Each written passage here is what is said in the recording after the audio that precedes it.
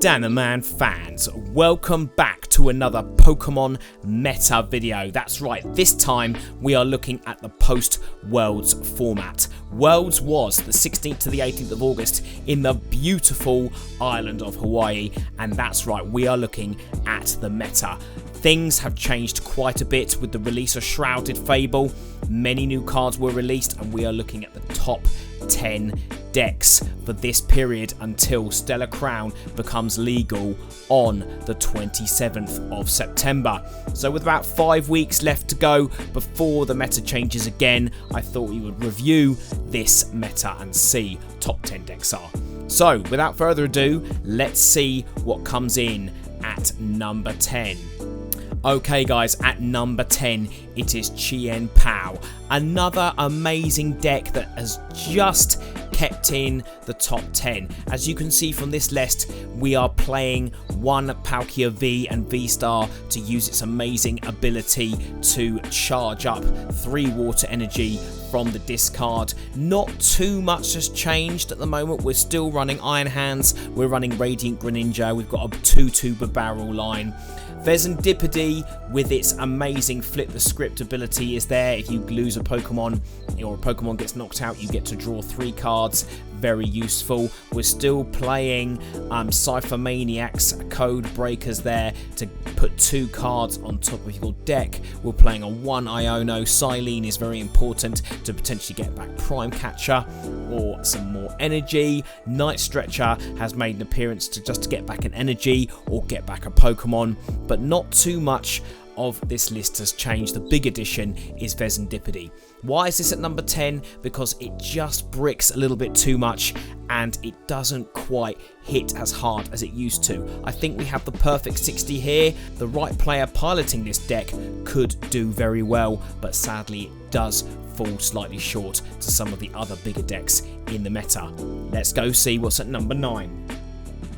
Right guys, in at number 9 is one of my favourite decks to play, but one of my least favourite to play against, Snorlax Stall.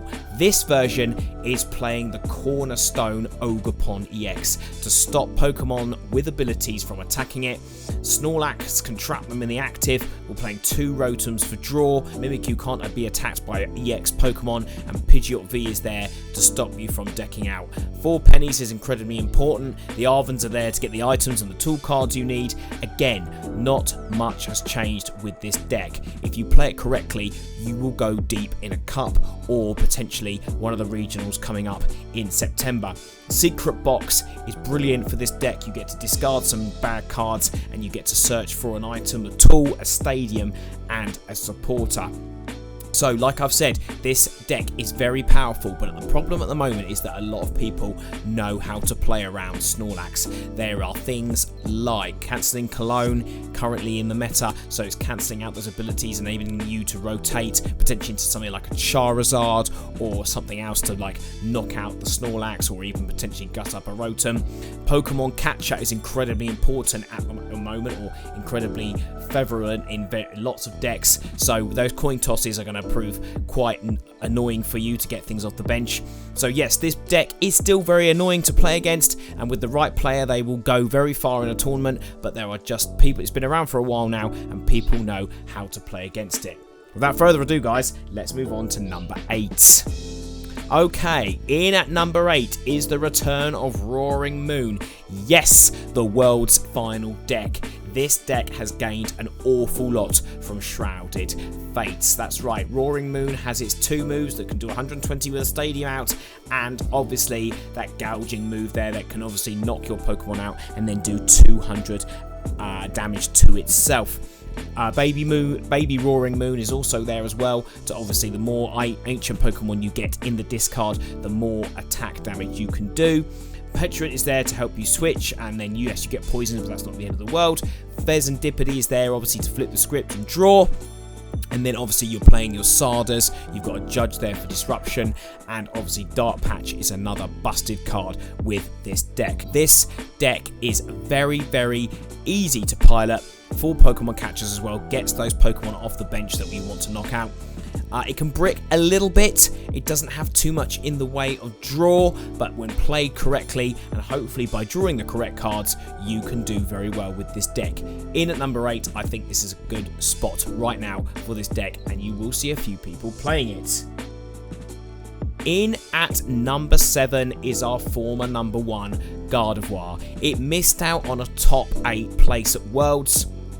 Yes, I think this is probably the best 60 you're going to get from this format. Then Klefki can be very annoying to switch off abilities.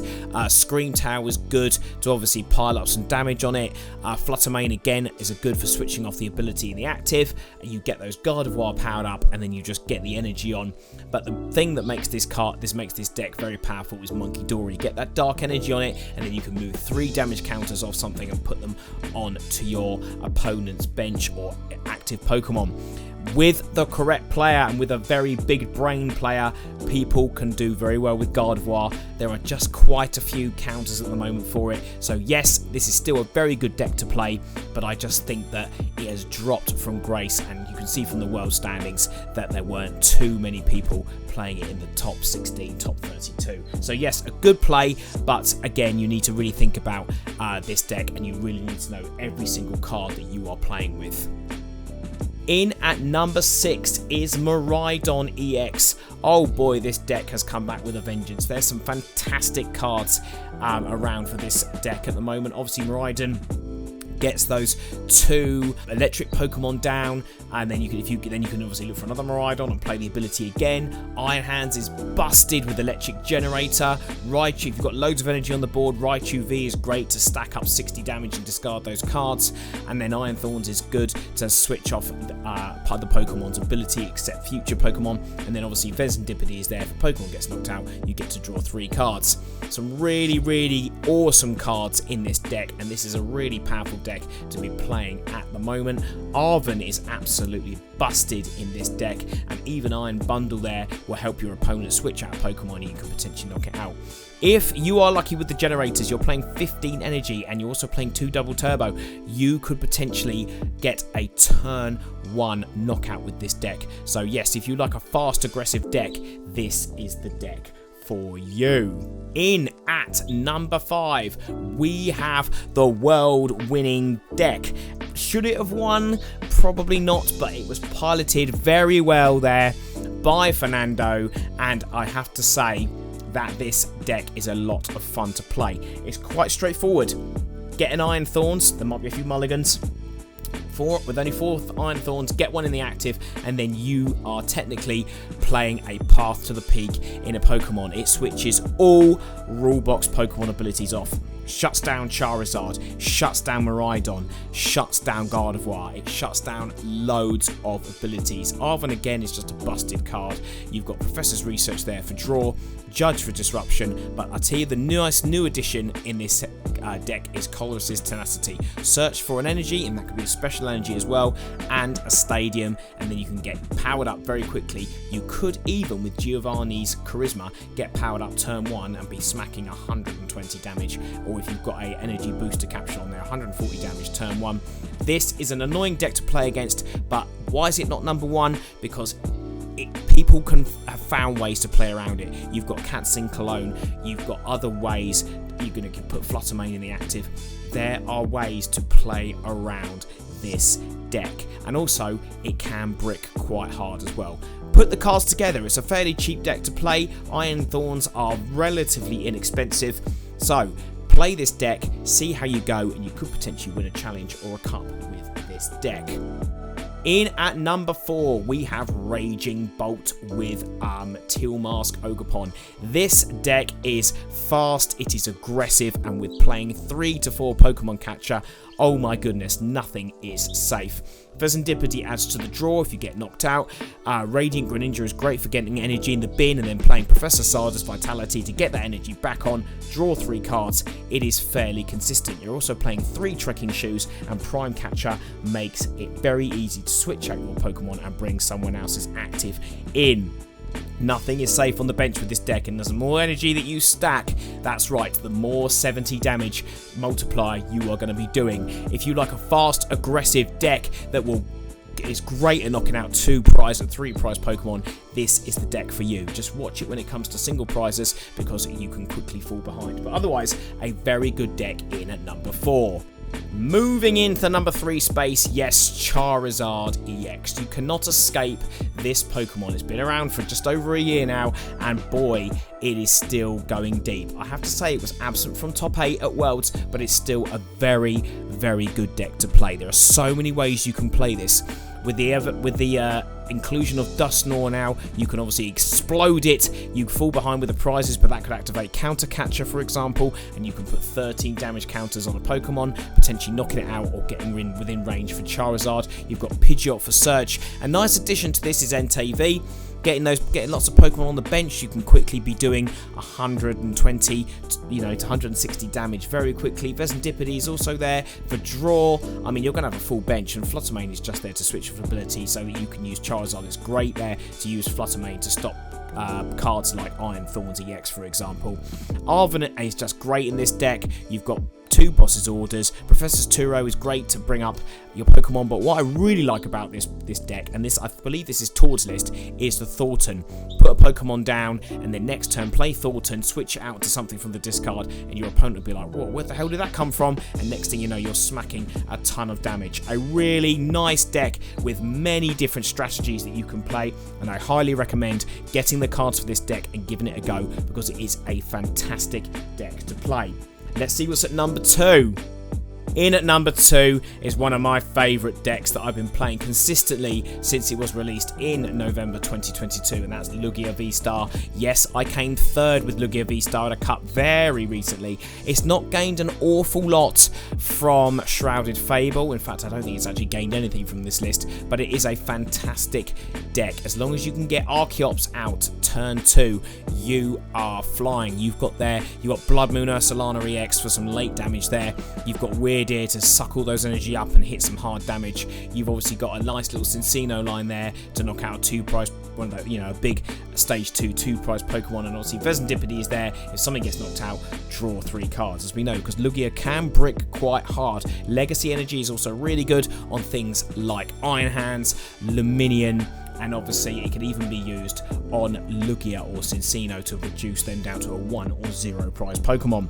Yes, it does brick, but I'll tell you what, this deck can smack some serious damage, so if you have the cards, I sincerely suggest you play this deck. But what is in at number 1? Let's take a look. In at number 1 is what could have potentially gone on in One Worlds, is Regidrago VSTAR.